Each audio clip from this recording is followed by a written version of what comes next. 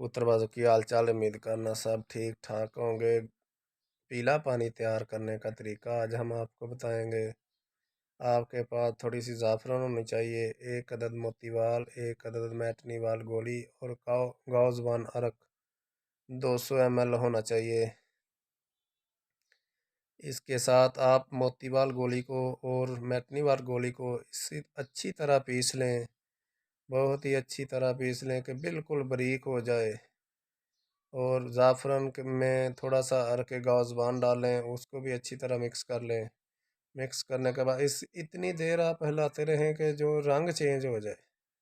आप जब थोड़ा सा अरक डालेंगे ना गाज़बान का, तो इसमें से हिलाएंगे तो ये खुद ब खुद रंग चेंज हो जाएगा। इसको चेंज रंग वाले को थोड़ा सा अलहदा कर लें। उसके बाद मोतीवाल और मैटनीवाल गोली को मिक्स कर लें। इनको मिक्स करने के बाद जो आपके पास ज़ाफ़रान का पानी पड़ा हुआ है, जो आपने अभी तैयार किया है, थोड़ा सा गाज़बान अरक डालकर इसको भी इसमें डाल लें।